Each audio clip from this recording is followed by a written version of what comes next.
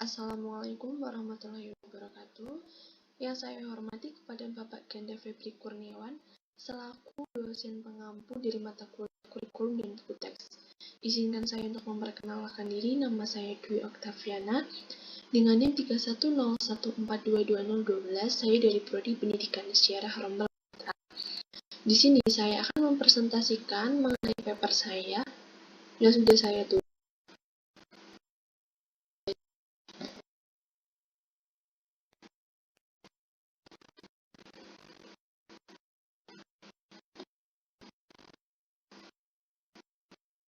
Saya menuliskan paper dengan judul Mengembangkan Pemahaman dan Keterampilan Berpikir Kritis melalui Pembelajaran Kolaboratif Berbasis Proyek pada Mata Pelajaran Sejarah. Nah, mata pelajaran sejarah ini adalah mata pelajaran yang penting ya untuk memahami masa lalu dan kaitannya dengan masa sekarang ini.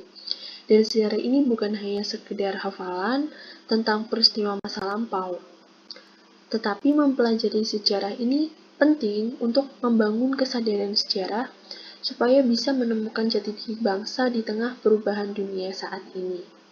Dan sejarah ini membantu kita memahami bagaimana manusia di masa lampau hidup, bekerja, dan berinteraksi satu sama lain.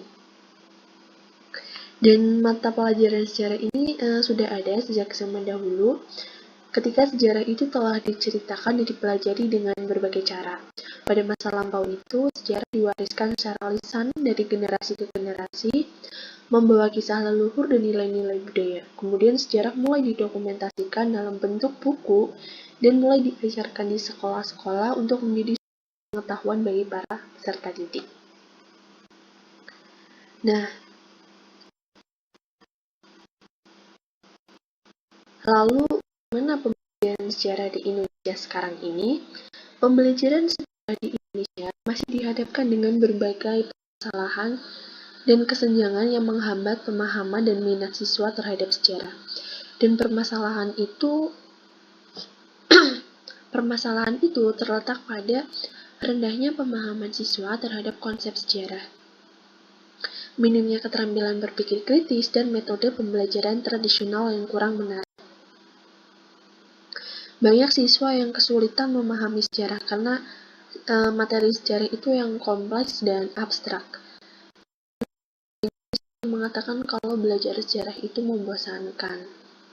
Dan materi sejarah ini seringkali dihafalkan tanpa dimaknai, sehingga siswa ini tidak dapat menghubungkannya dengan kehidupan nyata mereka. Selain itu, siswa ini juga seringkali kesulitan menganalisis informasi sejarah secara kritis. Nah, hal ini diperparah dengan pembelajaran sejarah tradisional yang seringkali bersifat pasif dan berpusat pada guru. Siswa hanya menerima informasi dan tidak didorong untuk belajar aktif dan berkolaborasi. Dan kesenjangan ini juga terlihat dalam penerapan pengetahuan sejarah. Siswa seringkali tidak dapat menerapkan pengetahuan sejarahnya dalam situasi dunia nyata atau kehidupan nyata mereka. Materi sejarah yang diajarkan di sekolah itu seringkali tidak relevan dengan minat dan pengalaman dari peserta didik, sehingga para siswa ini mereka tidak tertarik dan termotivasi belajar sejarah. Dan untuk mengatasi permasalahan dan kesenjangan ini, tentunya diperlukan pendekatan pembelajaran yang baru, yang efektif dan inovatif. Dan pendekatan yang inovatif dan efektif ini haruslah pendekatan yang aktif, bermakna, dan relevan dengan minat.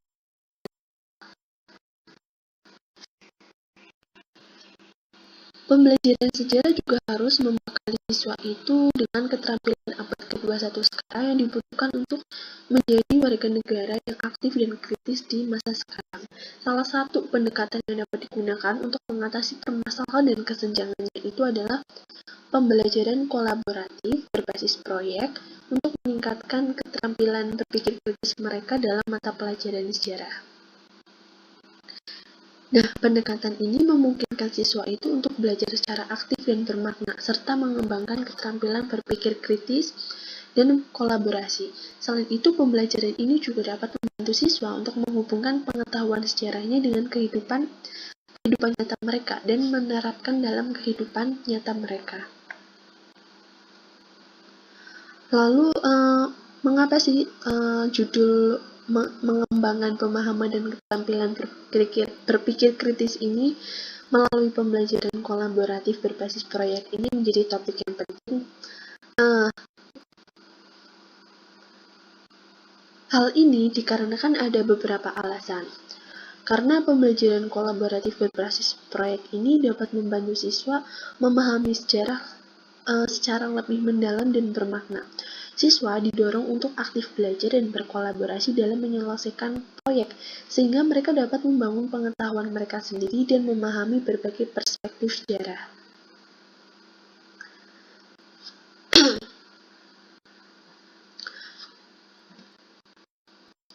Lalu, penilaian atau tujuan penulisan saya ini adalah saya ingin menunjukkan bagaimana pembelajaran kolaboratif berbasis proyek itu dapat membantu siswa belajar sejarah dengan lebih baik dan mengembangkan keterampilan berpikir kritis. Pendekatan ini memungkinkan siswa itu untuk aktif terlibat dalam proses pembelajaran dan membangun pengetahuan mereka sendiri dengan menganalisis berbagai sumber sejarah dan membangun argumen mereka sendiri. Nah, justru hal ini akan meningkatkan pemahaman sejarah yang lebih mendalam dan bermakna bagi siswa. Pembelajaran ini juga meningkatkan kolaborasi dan kemampuan berkomunikasi siswa. Mereka belajar bagaimana bekerja sama dengan orang lain, berbagi ide, dan menyelesaikan tugas secara bersama. Siswa belajar dengan cara lebih aktif dan menarik, dan mereka didorong untuk mengambil pembelajaran mereka atau kesimpulan mereka sendiri dan menjadi lebih terlibat selama proses pembelajarannya. Jadi secara keseluruhan ini pembelajaran kolaboratif berbasis proyek ini dapat meningkatkan dan mengembangkan keterampilan berpikir kritis siswa. Karena model pembelajaran ini efektif bagi guru sejarah untuk membantu siswa memahami sejarah, mengembangkan keterampilan berpikir kritis, meningkatkan kolaborasi dan kemampuan berkomunikasi, serta meningkatkan motivasi dan keterlibatan mereka dalam pembelajaran sejarah. Nah, kali ini ada 4 sub pembahasan. Yang pertama itu mengenai pembelajaran kolaboratif dan pembelajaran berbasis proyek. Kedua, keterkaitan dengan kurikulum pembelajaran sejarah. Ketiga, pembelajaran kolaboratif berbasis proyek untuk meningkatkan pemahaman dan keterampilan berpikir kritis. Keempat, kelebihan dan kekurangan pembelajaran kolaboratif berbasis proyek. Pembahasan yang pertama, pembelajaran kolaboratif adalah metode pembelajaran yang melibatkan kerjasama antar peserta didik dalam kelompok. Berbeda dengan pembelajaran tradisional yang hanya berfokus pada individu, yang hanya dihafalkan ataupun mendapatkan ceramah. Nah, pembelajaran kolaboratif ini menekankan pada interaksi dan kolaborasi atau kerjasama antar anggota kelompok untuk mencapai tujuan bersama. Lalu, pembelajaran berbasis proyek itu model pembelajaran yang berpusat pada proyek yang dirancang untuk diajarkan kepada siswa. Model ini tentunya keterampilan selama proses pembelajaran dan menerapkannya dalam kehidupan sehari-hari. Nah, hal ini memberikan kesempatan untuk belajar secara mandiri, membangun pengetahuan mereka sendiri, dan menghasilkan sebuah produk atau proyek. Jadi, pembelajaran kolaboratif dan pembelajaran berbasis proyek ini adalah dua strategi yang saling melengkapi dan memperkuat satu sama lain dalam meningkatkan kemampuan berpikir kritis siswa. Kolaborasi mendorong siswa untuk saling bertukar ide, memperdebatkan argumen, dan membangun pemahaman bersama. Sementara pembelajaran berbasis proyek ini menentang siswa untuk memecahkan suatu masalah, merencanakan dan melaksanakan proyek, serta mengevaluasi hasil kerja mereka. Ketika kedua strategi memberikan manfaat dari produk yang dihasilkan, kolaborasi memungkinkan siswa untuk belajar dari satu sama lain dan mendapatkan berbagai perspektif atau argumen yang penting untuk mengembangkan pemikiran kritis mereka. Di sisi lain, proyek. Pembelajaran proyek ini memberikan konteks nyata bagi siswa untuk menerapkan keterampilan berpikir kritis mereka dalam menyelesaikan masalah. Kombinasi pembelajaran kolaboratif berbasis proyek ini menciptakan pengetahuan belajar yang optimal bagi siswa. Pembelajaran yang aktif, kreatif, dan mandiri.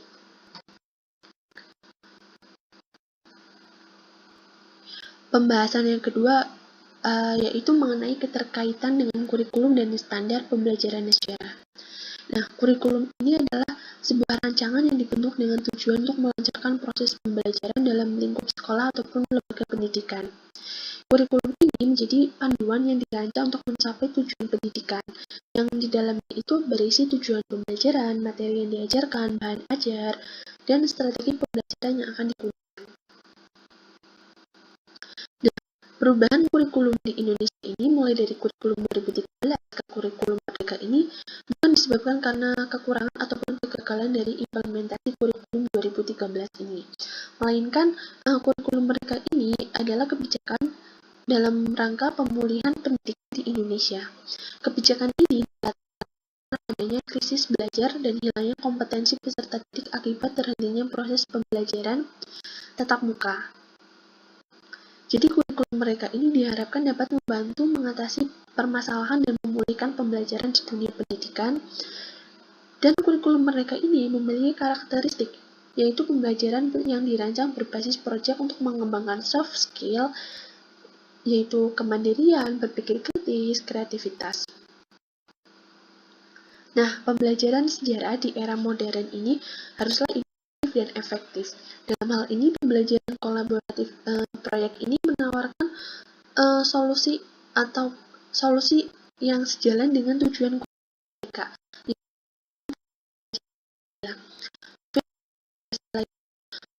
Akhir dari proses pembelajaran yang berfokus pada pembentukan karakter peserta didik.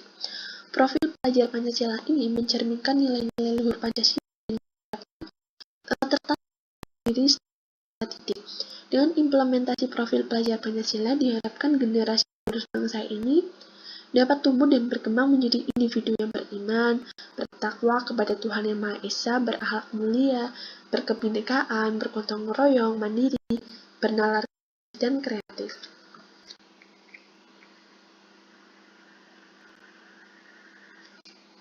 Melalui pembelajaran ini, siswa dapat mengembangkan berbagai karakter profil pelajar Pancasila. Mengenai gotong royong, siswa bekerja sama dalam kelompok, saling membantu dan menyelesaikan tugas secara bersama-sama. Siswa belajar untuk bekerja sama dengan anggota tim lain, saling berbagi tanggung jawab, dan menyelesaikan tugas dengan sukses. Lalu contoh dari kreatif. Siswa untuk menghasilkan suatu karya itu harus kreatif, seperti adanya drama, film, ataupun poster untuk mempresentasikan pengetahuan mereka tentang sejarah. Siswa belajar untuk berpikir kreatif dalam menyelesaikan proyek, mencari solusi inovatif, dan mengekspresikan ide mereka dengan cara yang kreatif.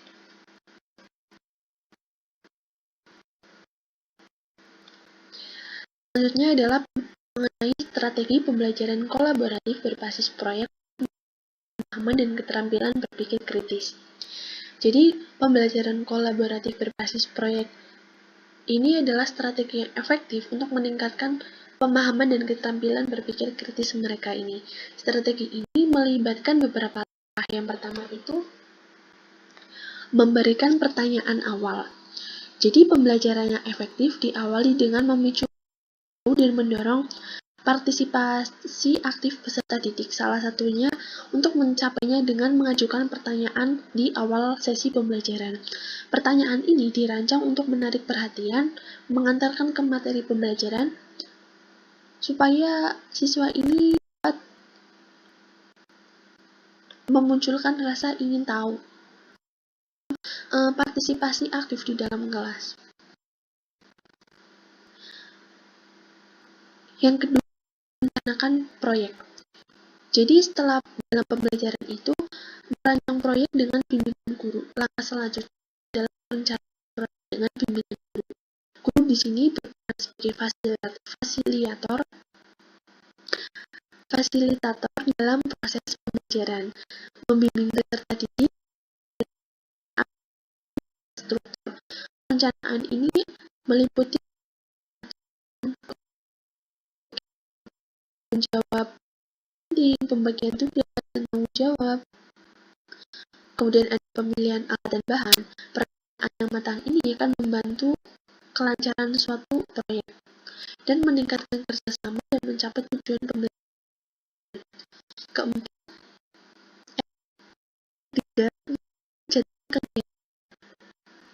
selama rumusan perencanaan proyek, siswa menyusun kegiatan secara mandiri dengan bimbingan guru. Dan hal ini membantu siswa memahami pentingnya penjadwalan dan untuk mengeksplorasi di luar jam pelajaran. Guru memberikan contoh jadwal dan memastikan jadwal yang dibuat realistis. Siswa memperhatikan hasil penyusunan jadwal untuk mendapatkan masukan dan saran dari teman-teman dan gurunya. Yang keempat, mengawasi pelaksanaan proyek. Pelaksanaan proyek itu secara mandiri dan pengawasan dan bimbingan guru. Pemantauan memastikan proyek itu sesuai rencana dan menyelesaikan ketika adanya kendala ataupun hambatan. Guru memberikan solusi untuk meningkatkan kualitas proyek. Guru juga memberikan arahan, motivasi, dan semangat supaya proyek ini dapat berjalan lancar dan menghasilkan pembelajaran yang bermakna bagi siswa. Lalu kelima, asesmen. Setelah proyek selesai, guru melakukan asesmen untuk mengukur pencapaian kompetisi harapan. Asesmen ini harus dilakukan secara autentik, menilai bukan hanya hasil akhir, tetapi juga proses belajar dan perkembangan peserta didik selama proyek berlangsung.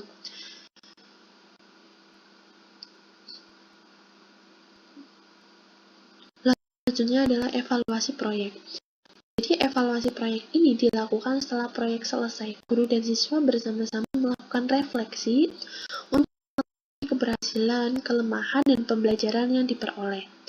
Dan evaluasi ini membantu meningkatkan kualitas proyek di masa yang akan datang. Proyek sejarah yang kreatif dan inovatif ini dapat membantu siswa memahami masa lalu dengan lebih baik, mengembangkan keterampilan berpikir kritis, dan meningkatkan motivasi belajar. Dengan pengembangan proyek yang tepat, pembelajaran sejarah dapat menjadi pengalaman yang menarik siswa.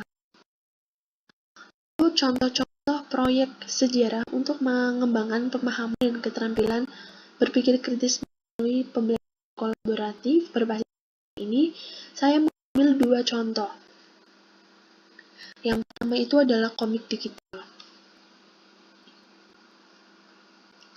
Pembelajaran sejarah melalui komik digital interaktif ini adalah cara yang inovatif dan efektif untuk meningkatkan pemahaman dan keterampilan berpikir kritis mereka. Proyek komik digital ini memanfaatkan berbagai perkembangan teknologi untuk meningkatkan edukasi sejarah. Kemudian penggunaan platform pembuatan komik digital juga memungkinkan siswa itu membuat karya yang menarik dan informatif dengan mudah. Dan untuk pembuatan komik digital ini sudah banyak di aplikasi Play Store yang diakses oleh para siswa. Di era sekarang ini, kemajuan teknologi yang pesat termasuk perkembangan gadget dan aplikasi ini membuka peluang baru untuk memanfaatkan teknologi dalam pembelajaran. Salah satunya itu melalui komik digital. Komik digital ini menjadi media pembelajaran yang menggabungkan gambar, teks, dan elemen interaktif dalam format digital. Dan komik digital ini dapat dibuat menggunakan berbagai aplikasi seperti Comic Live, Adobe Photoshop, kemudian Pixton.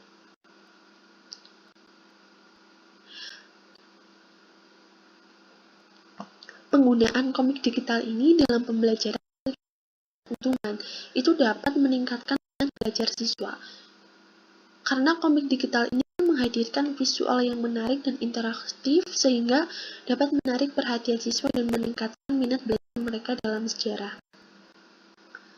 Mempermudah pemahaman materi. Ini dapat membantu siswa itu mempermudah pemahaman materi dan dapat memaknai suatu peristiwa sejarah.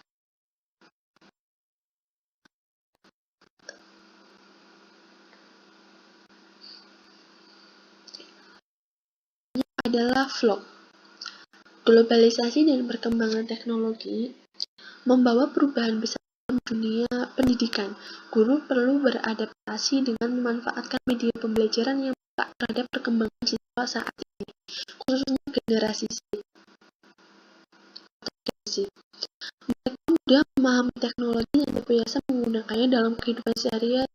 Oleh karena itu, guru sekarang perlu memanfaatkan media pembelajaran yang sesuai dengan karakteristik peserta didik sekarang ini, agar proses belajar mengajar mereka itu jadi lebih efektif dan menyenangkan. Salah satunya menggunakan vlog. Vlog solusi yang tepat untuk generasi gadget dalam mengakses informasi, mengekspresikan diri, dan membangun komunitas online. Dengan konten yang menarik dan berkualitas, vlog dapat menjadi media edukasi, hiburan, dan inspirasi bagi para penggunanya. Vlog ini menjadi sebuah media audiovisual yang populer di kalangan generasi saat ini dan dapat dimanfaatkan sebagai media pembelajaran efektif. Guru mendorong siswa untuk membuat vlog sebagai tugas proyek, mengembangkan kreativitas mereka dalam belajar. Proses belajar mengajar dengan vlog berpotensi meningkatkan minat siswa dalam pembelajaran sejarah. Misalnya, para siswa bisa mengunjungi tempat-tempat sejarah, bisa mengunjungi museum sejarah, dan dari mengunjungi tempat-tempat bersejarah, ditugaskan untuk membuat proyek sehingga siswa ini akan mendapatkan pembelajaran yang tadinya membosankan menjadi lebih menyenangkan.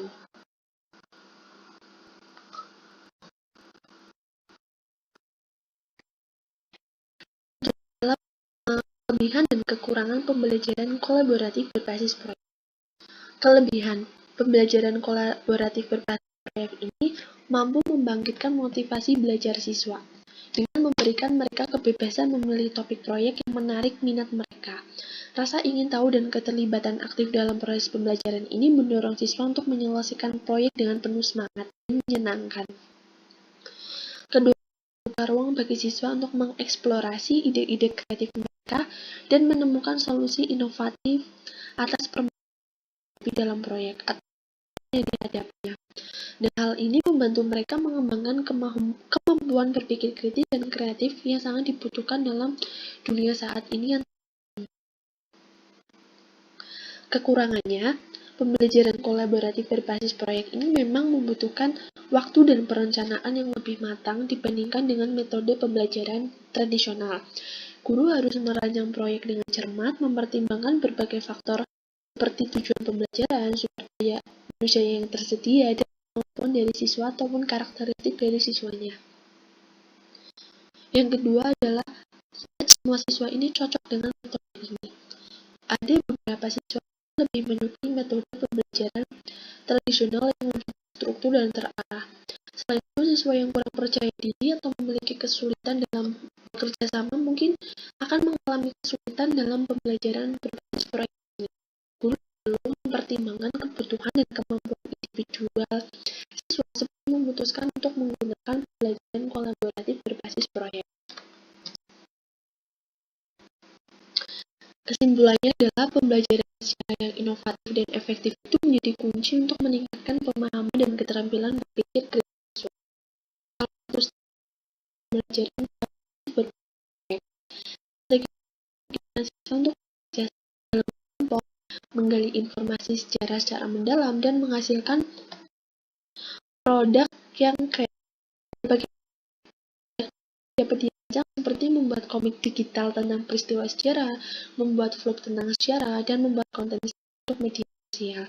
Setiap proyek ini dirancang untuk mengembangkan pemahaman siswa tentang peristiwa, tokoh, dan konsep sejarah, supaya melatih siswa untuk berpikir kritis dalam menganalisis informasi dan sumber sejarah, meningkatkan kemampuan untuk berkomunikasi dan mempresentasikan hasil penelitian mereka, dan memicu rasa ingin tahu dan minat siswa terhadap sejarah.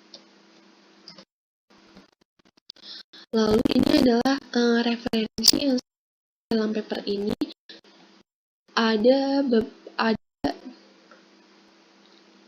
lebih referensi yang saya gunakan dalam pembuatan paper ini.